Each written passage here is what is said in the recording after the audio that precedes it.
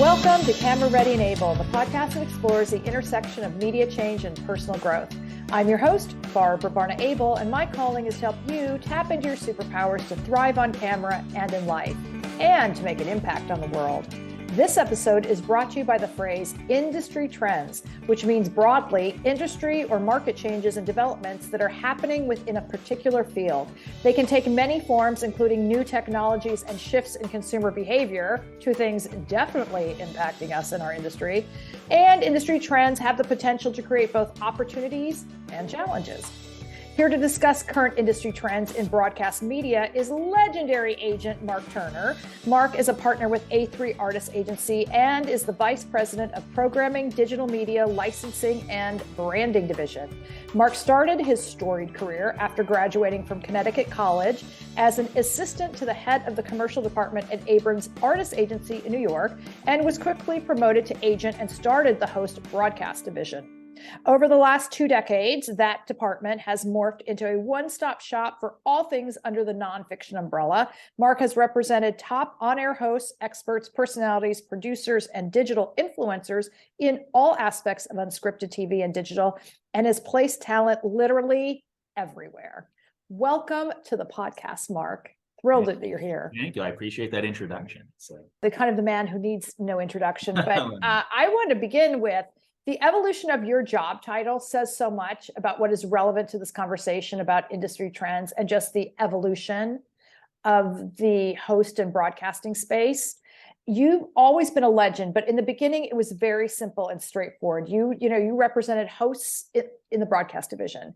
Now you have a mile-long title that encompasses programming, digital media, licensing, and branding, which is a lot. So could you walk us through that evolution?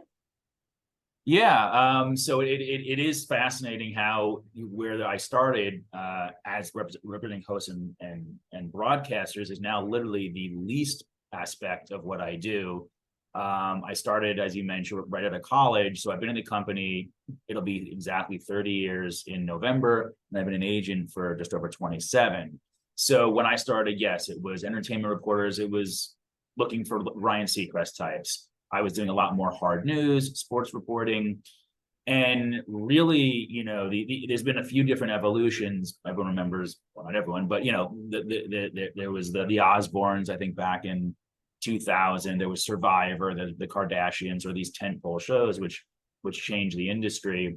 So it went from a lot of, again, what I call mainstream hosts, your talk show hosts, your game show hosts, your Ryan Seacrest, your Kelly Ripas, your Paige Davises. Which still exists, but it's just on a much smaller level. The biggest trend became experts and authenticity to your brand, with shows like Trading Spaces was a tentpole show. And so if it's a renovation show, they want people who are actually interior designers or actually real estate experts or actually carpenters. Food-based shows, again, they're going to want credentialed chefs or restaurateurs or book authors who've written cookbooks. And on down the line, we do every type of genre for science, therapy and relationship experts has been a big one for many years with a lot of those types of shows. And one of the additional evolutions beyond just experts, sort of an offshoot of that, is what we call the follow doc space, follow docuseries, shows like Kardashians, Real Housewives, Deadliest Catch, Cake Boss, where it follows a family, follows a business. In many cases, they can be experts as well, or just very unique personalities, as we're quite familiar with some of them. We like to say big characters. Yes, big characters for sure. So that's a big space. And again, in those shows, in the follow doc world, there's no host. So when we started the department called the Host Broadcast Division, someone like Kim Kardashian is clearly the lead of a show, and she is very valuable and successful, but she's not hosting the show. So that was one big switch. And then for my department, what I focus on the second half, well, there's been a couple, there's a second and a third aspect. The second aspect really was the pivot to digital. Probably around 10 years ago, we really got it. We've been doing it for longer, but really in earnest about 10 years ago. And that created an entirely different type of talent and a different type of buyer. So that was a major shift from, whether it was a host or an expert. I was still pitching Discovery Channel or Travel Channel and the applicable production companies that produce those shows. But now with the influencers, not only is the talent different, but you're now dealing with brands and the rise of these brand agencies that represent brands that you're negotiating with and doing deals with. So that was an enormous shift, and our company has grown to be the leading agency in the digital space. The whole department, which again started with me in 1996, is a 50-person team between New York and Los Angeles. That's agents, assistants, coordinators, and that's unscripted and digital. The other big shift for us, which I wasn't doing for the first 15 or so years of my career, it was just talent.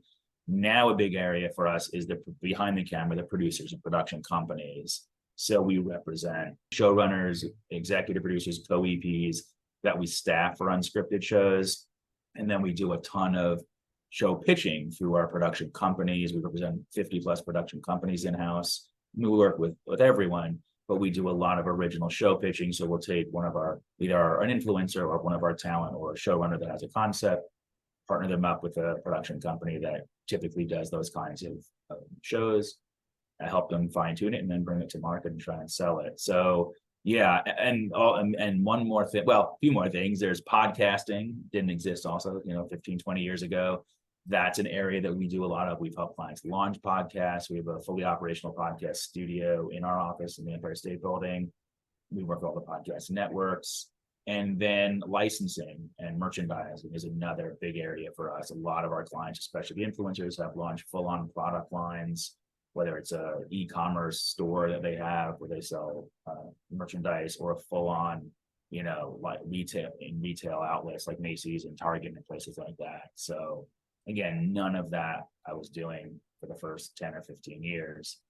And that's an enormous aspect. Again, and to go back to the beginning, we still do represent hosts, absolutely, but it's just a minimal aspect just because of where the industry is. There's not a lot of need for that. And typically, if it is host, it's going to be like a primetime game show, or on like, an American Idol type show on NBC or Fox. And, more often than not, they're going to hire a big celebrity for those types of shows. What's your favorite thing that you do? Well, the best aspect and most challenging is the diversity of what I do, because all those things that I mentioned the department does, I personally do to varying degrees. There's agents that focus 100% of their time on digital, or focus 100% of their time on producers, production companies. I am diversified, which I do like, and that keeps things very interesting, because one moment you're negotiating a brand deal, the next moment a producer deal, the next moment you're pitching a show, and things like that. So that part is exciting. And I think it's just, for me, it's when you believe in something, when you find a piece of talent that you think is really good, or a show concept that you really like, and you're able to successfully sell it. I mean, that to me is where the most enjoyment comes from, to really believe in someone or something, and then see success from it.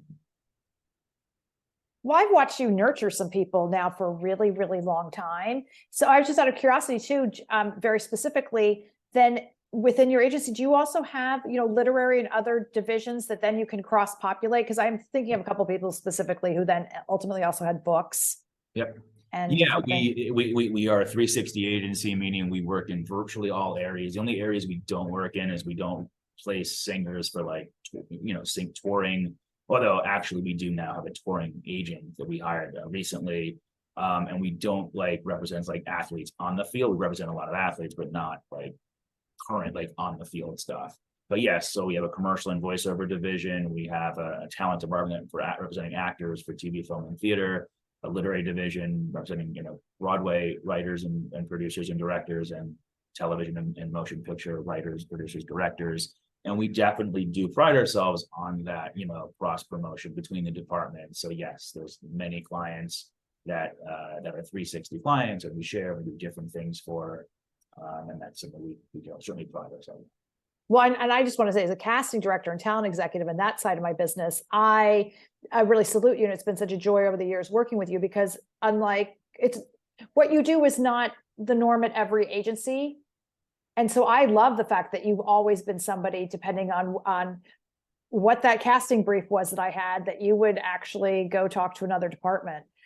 So I actually think this is sort of interesting. It may even be mind-blowing to people who are listening, who are coming from outside of this side of the business and don't actually understand that evolution. And so much has happened, right? With consolidation and changes in the marketplace, changes in technology, and changes in consumer behavior that I mentioned in the intro. So I am kind of curious, like where right now, you can choose one to start with, what are the biggest challenges and where do you see the biggest opportunities? Well, the challenges are many because currently a writer's strike. So while that obviously is the WGA, which affects scripted projects, as an industry scenario for any agency, it's bad because there's just not, they're not greenlighting projects, or projects that were in production are now being stopped because the writers aren't there to assist. So that's an enormous challenge because there's a loss of revenue, obviously, and clients out of work. And that is, we don't have a crystal ball, but most people feel it's not going to end anytime soon. And there's a pending SAG strike as well. So that is the number one obvious challenge. Prior to that, and even ongoing, because historically, when there's been a strike on the scripted side, it's benefited the unscripted group because the networks can still greenlight unscripted projects. They don't need WGA writers for that. And over the past several months, even prior to 2023, the second half of last year, there's been a lot of mergers between the various corporate companies, Discovery and Time Warner to be sort of the biggest.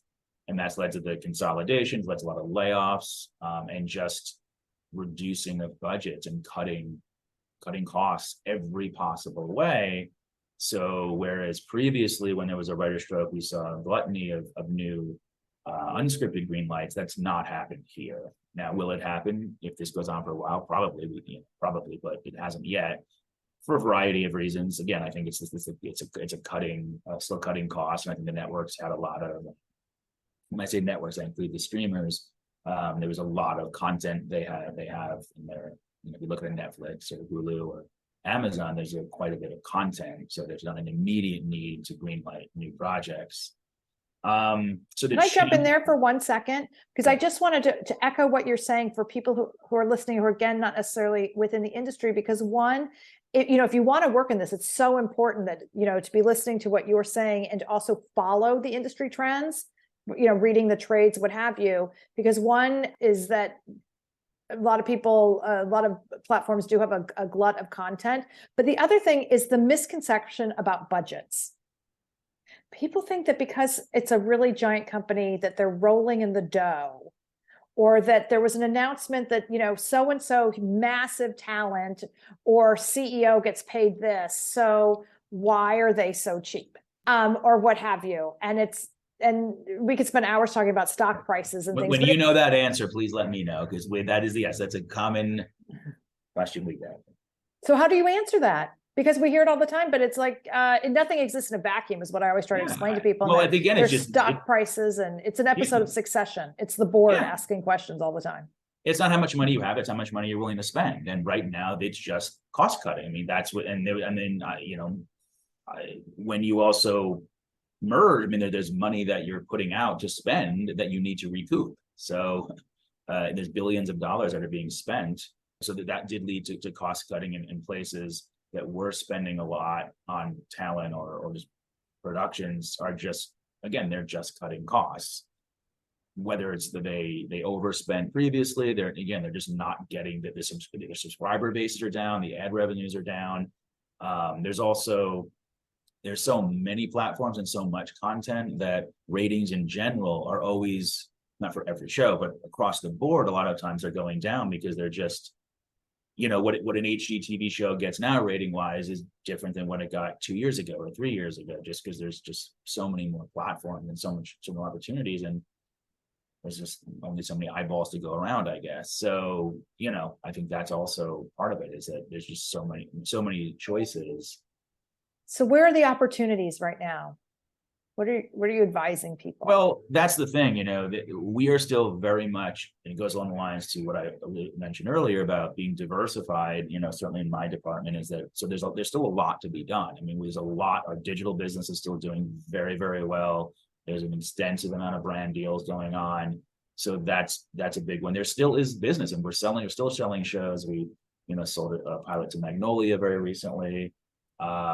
History Channel greenlit a project that we have the talent and 2 of the EPs on. The staffing situations are still coming up every week. So it's not as many green lights, but there's still, it's not like the business is not happening. And certain networks are probably less affected than others. A lot of networks have gone away almost completely as far as original. Like Animal Planet doesn't do original new programming anymore. True TV doesn't. Travel Channel, we'll see. They're not greenlighting a lot of their shows that they had, but Food Network is still doing a lot. HGTV is still doing a lot. TLC is still doing a lot. There's still. Can I jump in there too? That was a really valuable nugget, because again, so many people, with a big dream, I want to pitch a Travel Channel show. Okay, so we can just pause for a second about that, how realistic that is. But that aside, how would somebody that's not you know that they are not actively taking pitches and that these other networks are no longer creating new content? That's a tough one. It's not like, to the best of my knowledge, Animal Planet took out a press release saying we're no longer. I don't believe they did that. I mean, obviously, yes, in the industry, we're aware of it. You could probably figure it out also by watching the network and seeing it's mostly reruns of existing. You're not seeing new series come out. Or going to the website of the network and seeing what they're promoting, and they're likely promoting just, again, shows that have been on for a long time, or maybe they'll be airing movies or things like that. That's another really great point, though, is to go on the website or just invest in some IMDb Pro. But to your point, though, is looking and seeing what's on the schedule, and what is new and what is returning and what's been there for a really long time.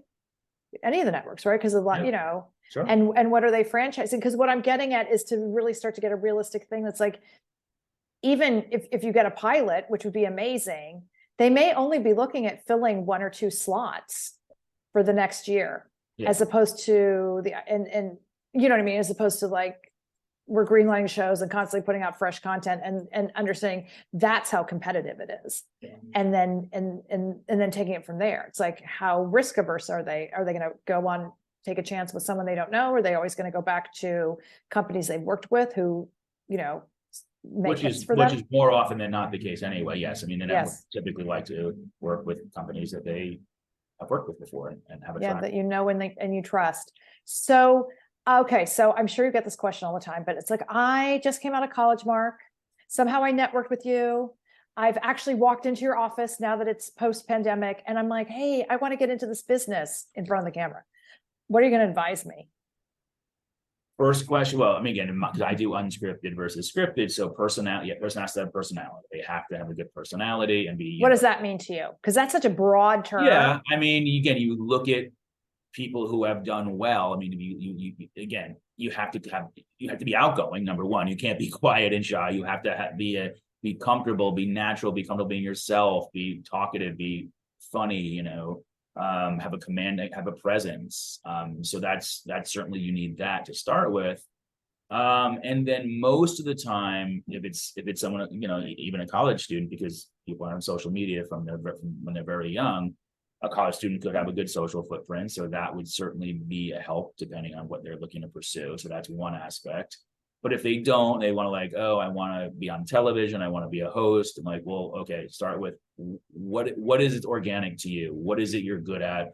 Are you an expert in anything? Like, what are you passionate about? What do you know a lot about?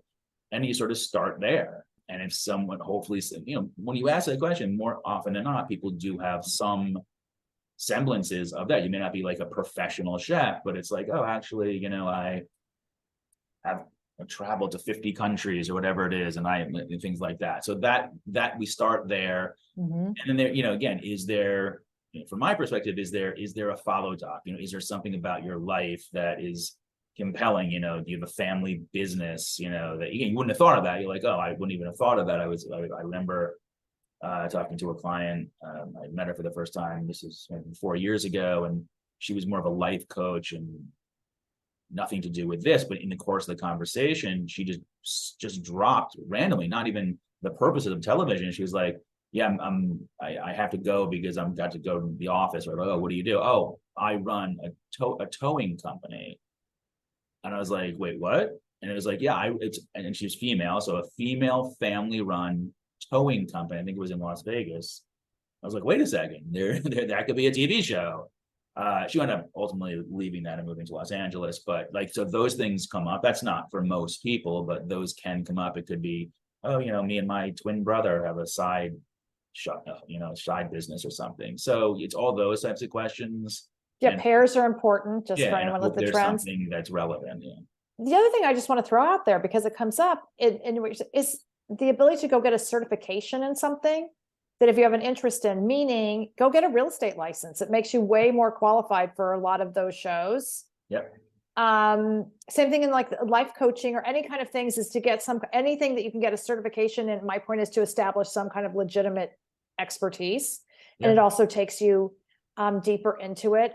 Other tip I say this to everyone now. It's like, if you're going to go renovate your house or do anything, chronicle every moment of it. Yeah. So you have a story of it, because there can be something there, or just be able to show us that you're really, cute with a sledgehammer. Right. Yeah. And that sort of thing is like the question I get asked is, well, how do I, what do I send people? So like, also, again, once you want to do something, ideally you need them to pitch materials, put a reel together. The good news is, and today we're in the YouTube generation, you don't need someone to hire you to have a professional reel done. You can create your own content as long as it's good quality, edited well.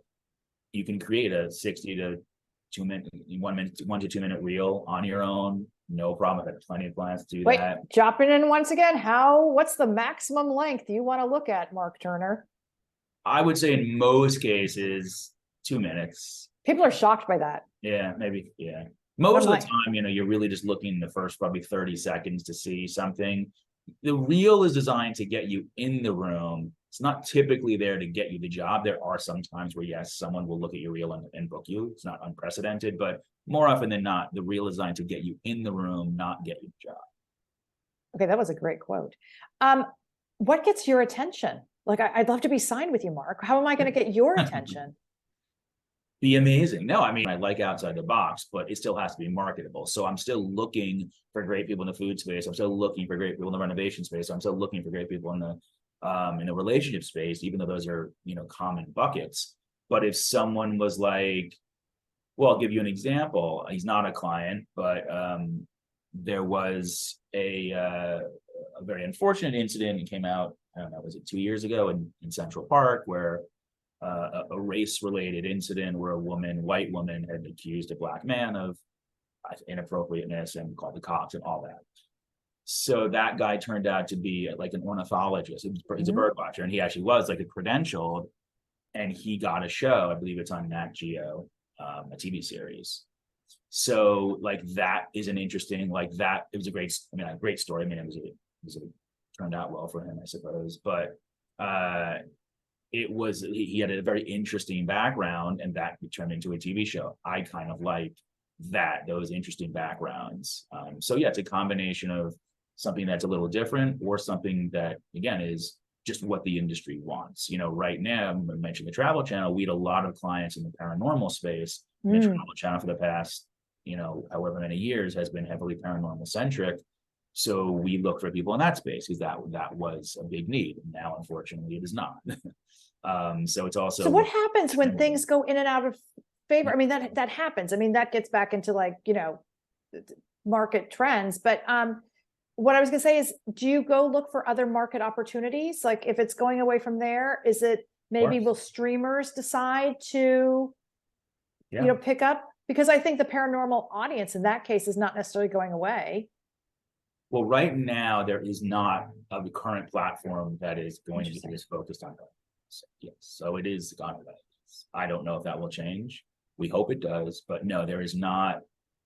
There are some places that are exploring it and have done, like Netflix has dabbled in it, but there's no platform, traditional television or streaming platform that is focused on paranormal. Okay, paranormal is out. Well, here's another. I'm not saying. Hopefully, it's a great genre. We have a lot of great clients in the space, so we would love for it to come back for sure. But that's actually another really great point to bring up, because it's not always, because in the coaching space, we love to say this, that it's not necessarily it's a not now. So it's learning how to roll with the trends. and what you can do as a talent or a producer productively in those sort of quote unquote downtimes. Like you could be perfecting things, you could be developing things, there's so many things should be doing, which takes me back to like the blend of our two expertise, because all that big personality and that amazing family business or whatever, you also need to be able to communicate. So the hosting skills still matter, your communication skills still matter.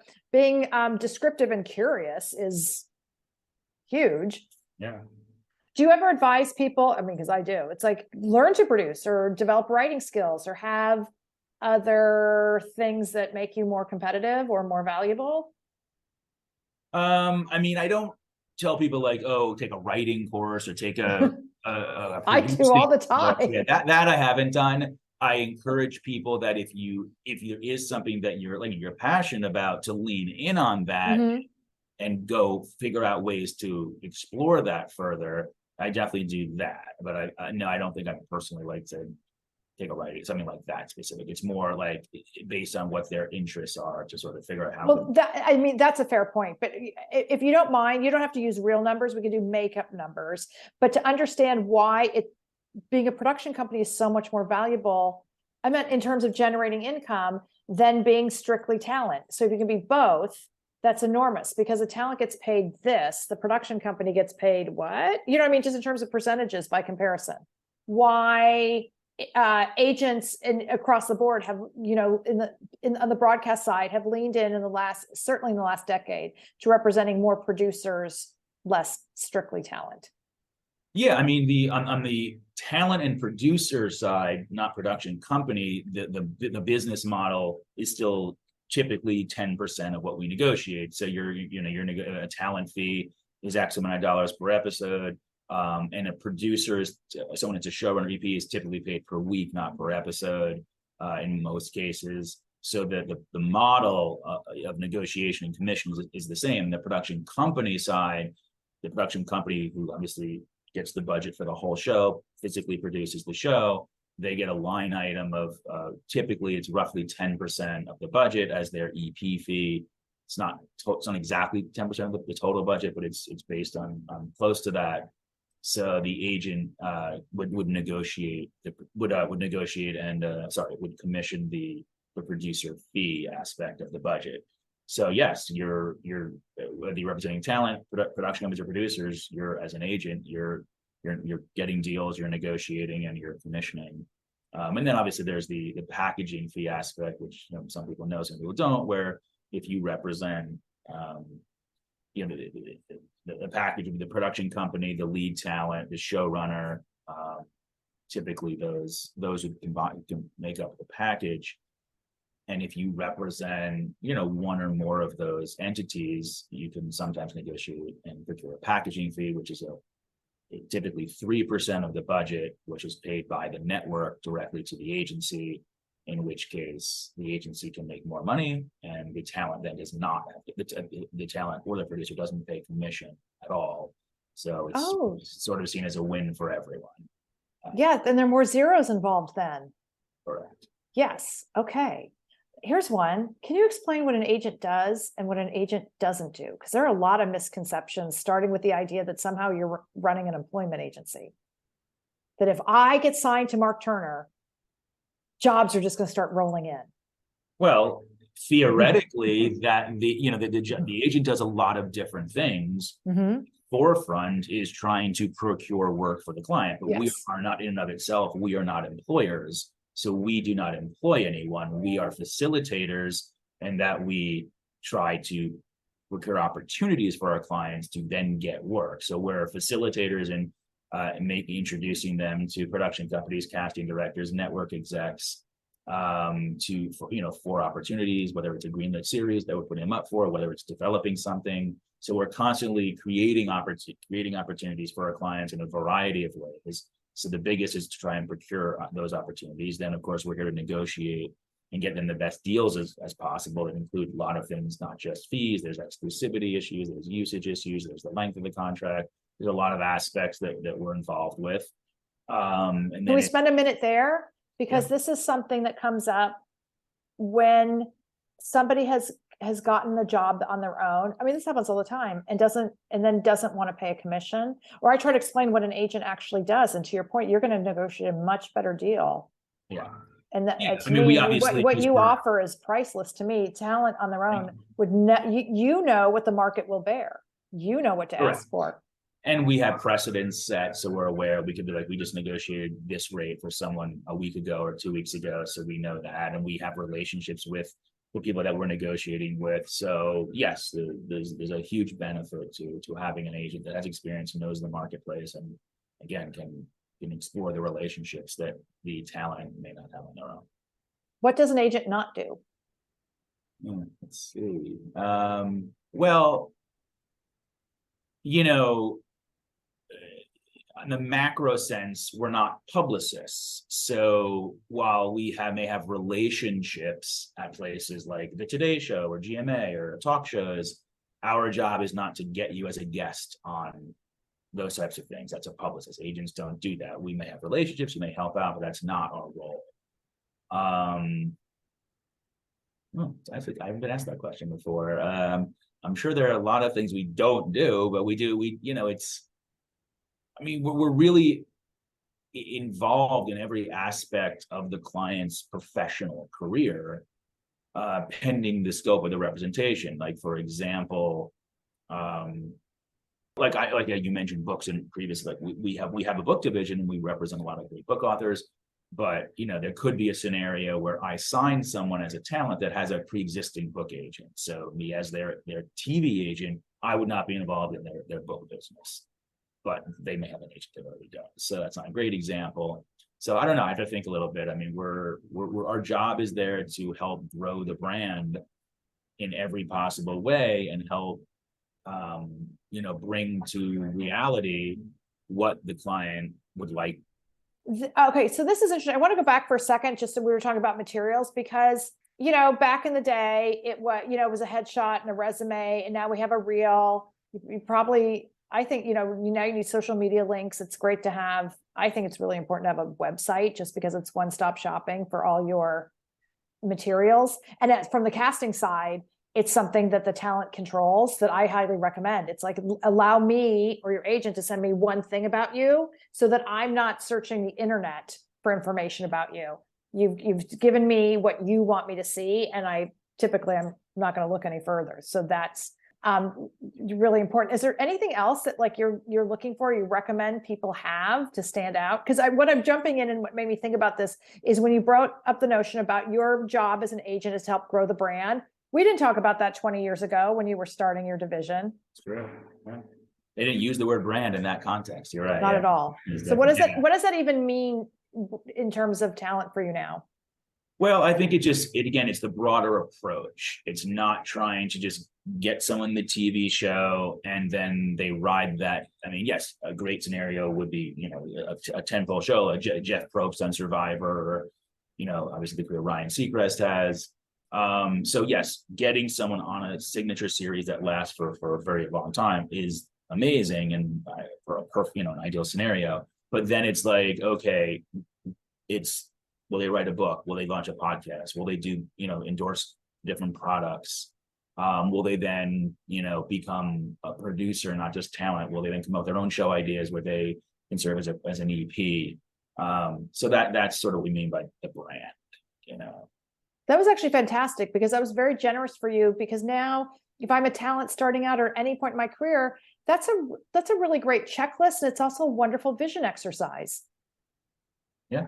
What will that look like when? Yeah. So now if, we talked about creating opportunity, but now I want to go take it into the crystal ball territory and just see, what your intuition and your gut says is the kind of direction things are headed, where you might advise people to focus their energies, where you feel from the agency side it behooves you to focus your energies. What does it look like the next few years? Well, it's a little hard to answer that given the current climate, because we'll have to see if, when the strike ends and sort of when all the layoffs stop, is the new reality going to be we're simply as an industry not going to greenlight the number of projects that we had? Is that going to be the reality? that isn't the prevailing belief, I don't believe. I think it's going to be, when this sort of turns around, there is going to be a lot of new green lights. That's certainly what we hope, but I don't know. I mean, we don't know. As far as the type of content, there's been all different types of content, again, for, going back, 20 plus years, when, again, the rise of more experts came into play. So the nature of, what genres are hot, again, like we talked about paranormal earlier, that was hot, now it's not. I mean, there's certain genres, you had the Style Network was an offshoot of E! That was around for several years, and I loved it. Yeah, and that's now gone. That's been gone for many years. There's no stuff. So even though fashion is very big, there's not a lot of fashion on television. So great point. Again, Animal Planet is going away. So it's like that part, I think, certainly surprised me. I don't know that was something we thought was going to happen. So it's hard to predict. 5 What do you think takes its place? What's that? What do you think might take its place? Well, that's just it. I mean, there was, when Style Network went away, nothing took its place. There was no, when Travel Channel really effectively went away as a travel network, it still exists as a paranormal network. There was no other network that focused on travel. So these genres either will never come back, or they exist somewhere else, right? They exist somewhere else, but on a much smaller scale. There are plenty of shows on a Nat Geo Wild, Discovery Channel, History Channel, that there's travel involved. It's just YouTube, their brands sponsoring travel. Yeah. There's some travel-ish on and style and decor-ish on streaming platforms. Of course. Yeah. I mean, Bravo has a lot of fashion, But your point is really well taken, and that most of us not even really processing that it's like those kinds of dedicated channels no longer exist, and it is unlikely that they ever will again. And it's an interesting thing, as a reminder, even to me, it's like we get stuck in 20 years ago. Yeah. Because life is busy and all these things, and unless you're watching all the time, you don't even notice that it went away. That's really powerful. Okay, here's one, because I don't want to put you on the spot with all your current amazing clients. So out there, people that you don't represent, who do you think is a really great, host, broadcaster, communicator? Well, again, I mean, it's so cliche to say it, but I mean, you got to go with Ryan Seacrest. I mean, the guy is just, for 20 plus years, from the start of American Idol, I think that was 2000, when, the guy has just not only not stopped working, but he's never done like less than 2 or 3 different series a year. I mean, there's no one like him. I mean, there's other folks that are like the Kevin Harts of the world, the Steve Harveys, have just done incredibly well. And do a lot of different programming. Lopez, there's a lot. Then you have the folks that, that are a little bit more, those are the mainstream hosts, but like a Guy Fieri is the benchmark on the food space. Mm-hmm. Chip and Joanna Gaines. I mean, obviously, not only are they set the standard, they've done something I don't recall anyone else doing, other than, Oprah did it. Oh, I was going to say for Oprah. Yeah, Oprah did it, but now they are part owners of their own network of Magnolia. I mean, that's, again, other than Oprah, I don't think that's happened before with talent. Yeah. I'd like to I wouldn't mind having any of those folks as clients. Be great work if you can get it. This has been so fun to talk to you. Thank you for making time in your busy schedule for me. Happy to be here. Oh, I hope you'll come back. Happy to do it. Thank you so much. We'll have to talk, next year's industry trends, and God willing. Curious to see what we discuss now is still in play for next year. I don't know. Absolutely. And God willing, the strikes are over, and really equitable deals have been struck. Outstanding. All right, Barbara, great to see you. Great to see you. And I want to thank everyone for listening. I really appreciate you. And if you're looking to tap into your greatness and become all that you're meant to be, including a better leader and maybe a more impactful subject expert and media personality, please shoot me a note via my website, ableintermedia.com, and be sure to download my free ebook, 12 Tips for Success on Camera. And as always, please hit the subscribe button if you haven't already.